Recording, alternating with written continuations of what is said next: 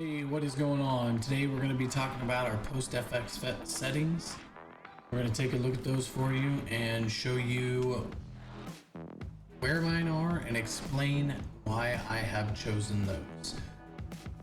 I would advise you to use these as a starting point or a guide on where to start, and then going to an offline raid and adjust them for your liking. Every monitor and preference is a little bit different. You need to adjust it for yourself and your monitor. This is what my Tarkov looks like. It's bright enough for me.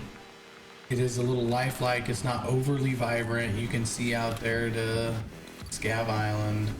You can see somewhat over there. I have brought a thermal for you guys to look at and a long range scope so we can show you the effects of fog when you're using your visual settings.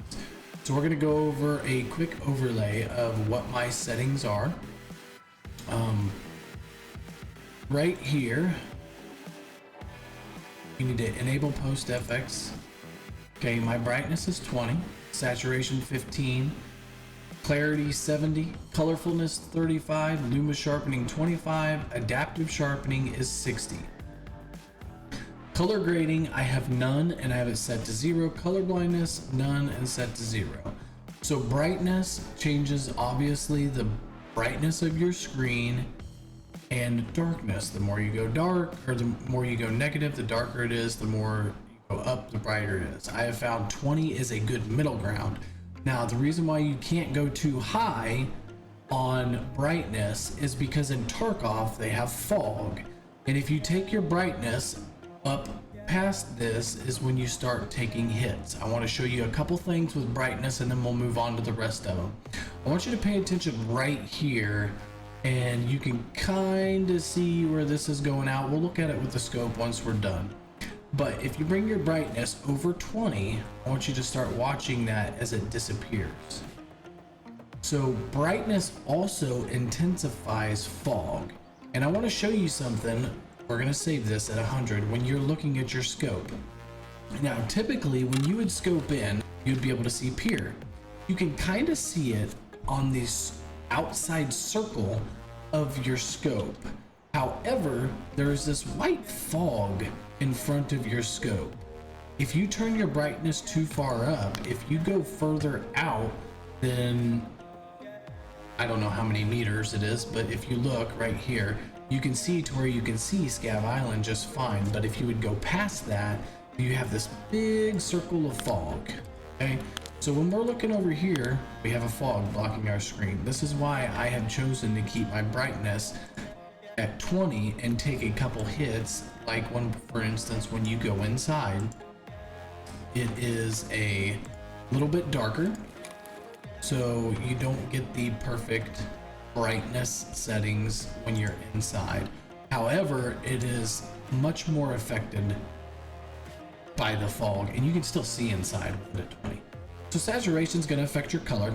We're going to actually move a little bit so you can see color a little bit more. I'm going to get this grass and this bush in the screen so you can kind of see the rest of the settings and how it affects your visuals.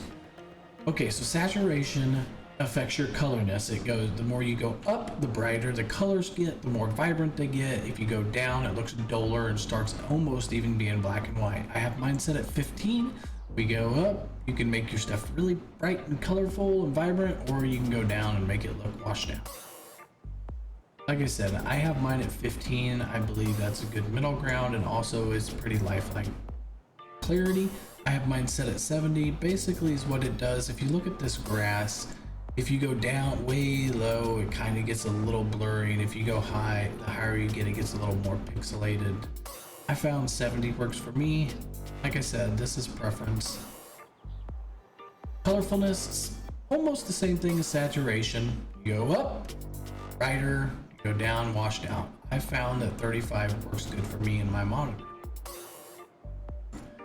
Luma sharpening, adaptive sharpening, if you go too high on these, like this grass right here, you can see it'll get pixelated, and if you go too far down, then it'll get blurry. You can kind of interchange these, even though you can see it a lot more in adaptive sharpening. So So if I take my luma sharpening up, you're not going to be able to tell a whole bunch, but it starts getting pixelated here in your grass. And if you go too far down, it gets a little blurry, but you can't tell as much.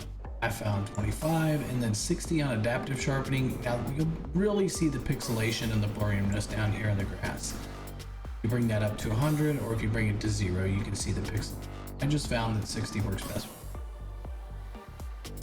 Color grading. There are 3 different types of color grading. The K506 adds a red tint, Zabad adds a white tint, washed out kind of, and the Cognac adds a yellow tint. We'll go over those real quick.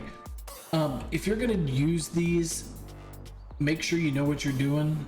It's specifically for certain colors that you want to see more. If you're gonna just want your stuff more vibrant, use the saturation and colorfulness.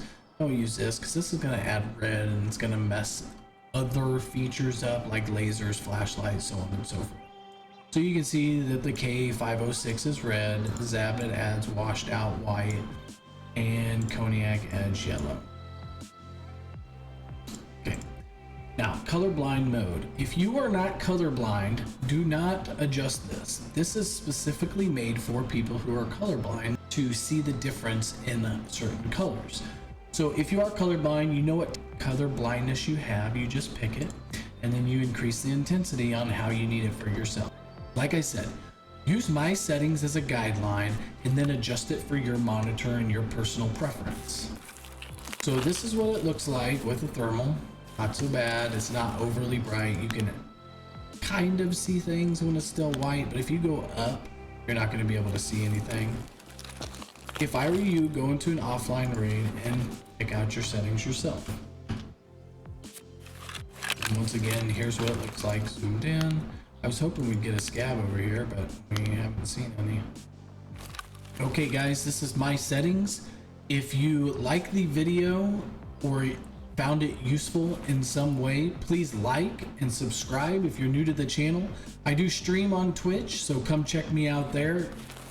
I will leave a link down below. If you have any questions or comments, want to add anything, or if you think I explained something wrong, please leave a comment below. Also, I have a Discord. If you have any game questions, I can talk about them to you there. I will link it also below. Have a good day. I'll see you on the next one.